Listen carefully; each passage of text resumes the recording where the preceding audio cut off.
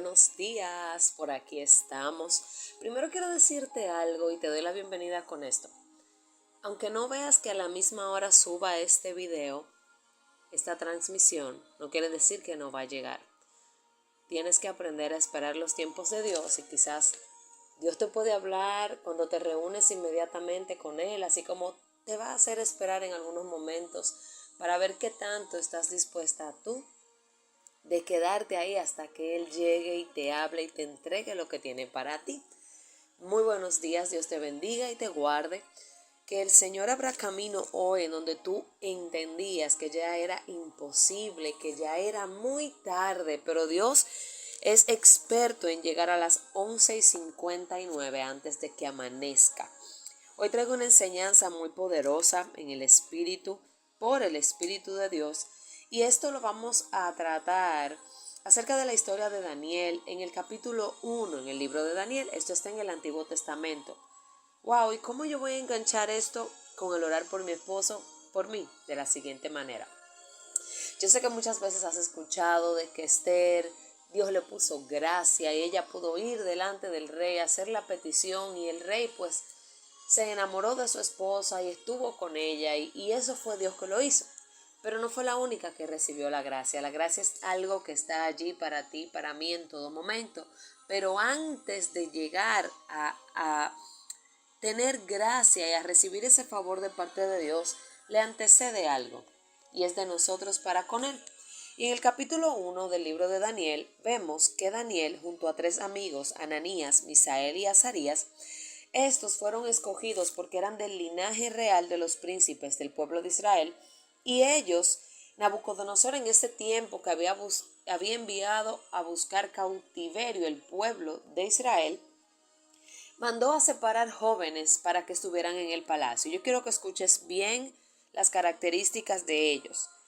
Tenían que ser jóvenes sin tacha, de buen entendimiento, enseñados en toda sabiduría y sabios en la ciencia, y que pudieran ser enseñados en letras y lenguas y toda la cultura de ellos en ese momento. Allí vemos que pues le cambian el nombre. Esto es algo espiritual en donde hay una enseñanza de que ellos querían cambiarle la identidad a ellos para que abandonaran a su Dios. Pero Daniel sabía quién era y sus amigos también. Pero escucha bien, el versículo 8 dice: Daniel propuso en su corazón no contaminarse con la porción de la comida del rey.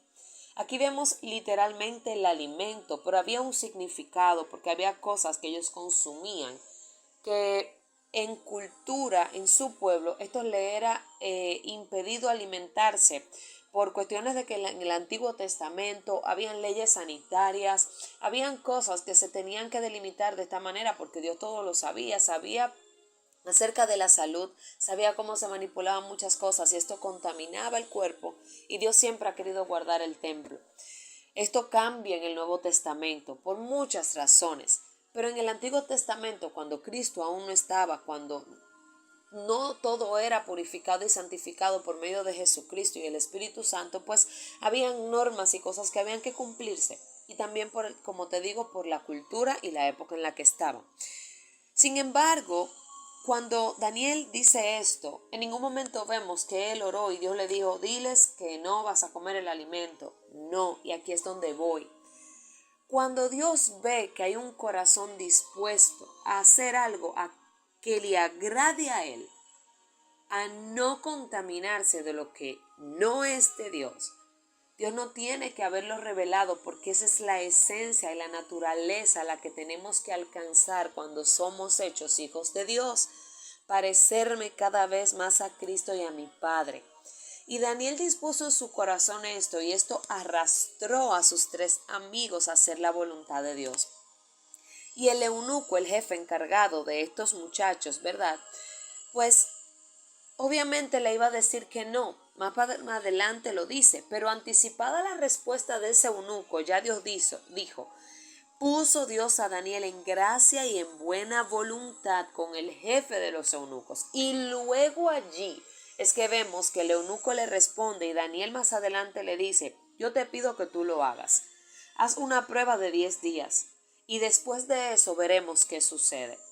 Y Dios una vez más respaldó la palabra que salió de la boca de Daniel, porque él reconoció que su corazón estaba inclinado a siempre mantenerse puro y santificado, consagrado, haciendo la voluntad de su Dios, que es nuestro Dios.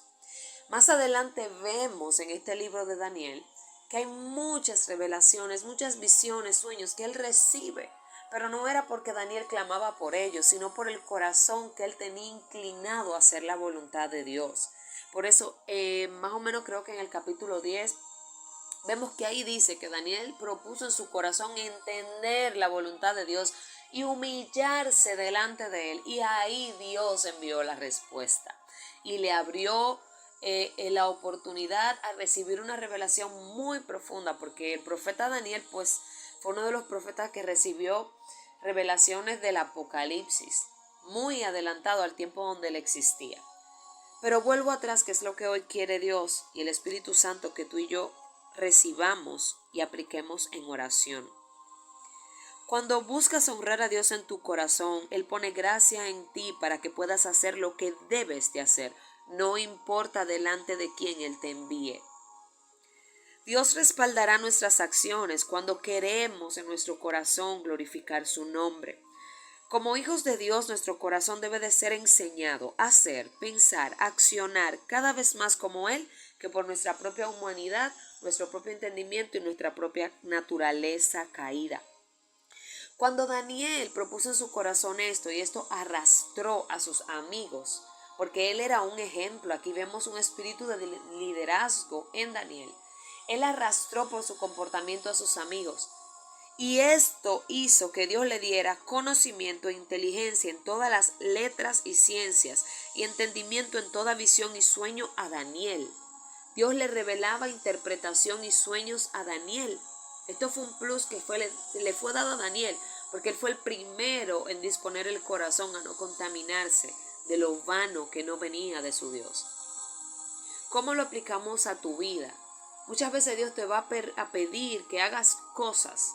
Al principio te lo va a pedir porque te tiene que enseñar a que hagas cosas de parte de Él que van a quebrar tu humanidad, que van a confrontar tu orgullo, que de repente te va a decir que tienes que hacer algo, decirle algo a tu esposo, y tú vas a entender que no, que es imposible, que no te va a escuchar. Pero si tu corazón está inclinado a hacer la voluntad de Dios, ¿cómo vas a creer que Dios no respaldará esto? Si tu corazón en verdad busca agradar a Dios y hacer su voluntad y que Él sea el exaltado. Si hay algo que tiene que ver contigo, tu orgullo, tu humanidad, no va a suceder. Se trata de tu corazón inclinado a no contaminarse, a entender la voluntad de Dios y a humillarse delante de Él. Y allí Dios pone gracia en ti para alcanzar estas cosas. Y yo te lo doy de testimonio porque fueron muchas las veces en las que tuve que ponerme enfrente, específicamente ahora hablando de matrimonio, delante de mi cónyuge, a hablar algo, a pedir algo que en su humanidad, en mi humanidad, yo entendía que no iba a hacer. Pero como mi padre iba a ser exaltado en esa acción, pues yo iba con fe y recibía mucho más de lo que yo esperaba. Pero luego de ello me postraba y agradecía a Dios. Y esto me fue capacitando para yo crear un carácter en mí de entender que no importa que es mi cónyuge. Yo primero soy hija de Dios antes que esposa. Y primero siempre voy a deber una honra a Dios mucho mayor que cualquier persona. Pero también vi que honrar a mi esposo en las maneras que Dios ya me ha enseñado por su palabra, y Él esté o no esté a tu lado, Dios te va a enseñar y puede enseñarte el Espíritu Santo a honrar a tu esposo, aún no esté, iniciando en el silencio, en el pensamiento, en lo que tú hablas de Él, cómo hablas de Él, qué le dices a las personas de Él, qué es lo que piensas, qué es lo que le dices a Dios incluso de Él, cuando te inclines a hablar mal de Él delante de la presencia, o buscas en verdad que su corazón sea transformado. Desde la intimidad, desde lo secreto, Dios te comienza a enseñar a honrar a tu cónyuge.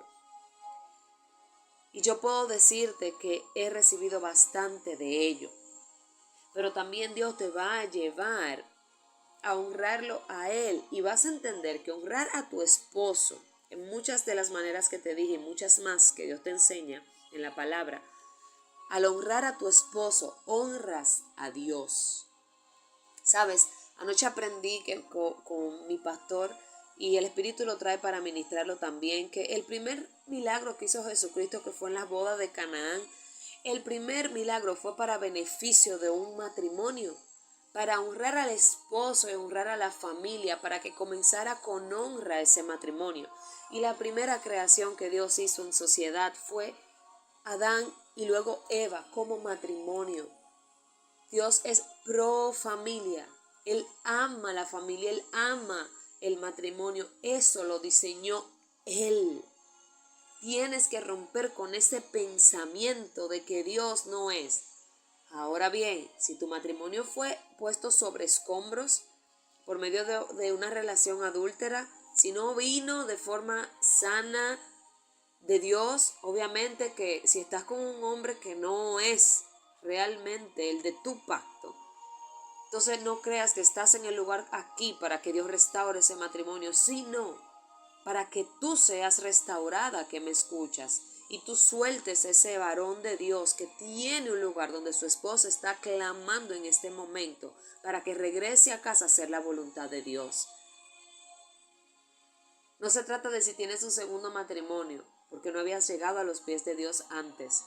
Se trata de que el Espíritu Santo me está guiando. En algún momento alguna mujer lo escuchará o lo esté escuchando. Yo sé cuando el Espíritu Santo me impulsa a algo muy fuerte. Y las que están escuchando, que están en un caso como este, que su esposo está con alguien, hasta yendo a la iglesia, creyendo que Dios va a bendecir eso, en el nombre de Jesús, levántate, mujer, a clamar a Dios para que donde están allí, Dios le hable a ella. Guárdate. Hablamos en el nombre de Jesús a esas mujeres que están en adulterio con un esposo que está casado, que aunque haya salido un divorcio, escúchame bien, eso no detiene a Dios. Y tú vas a ser puesta en tu lugar en el nombre de Jesús, porque tu lugar no es al lado de ese varón.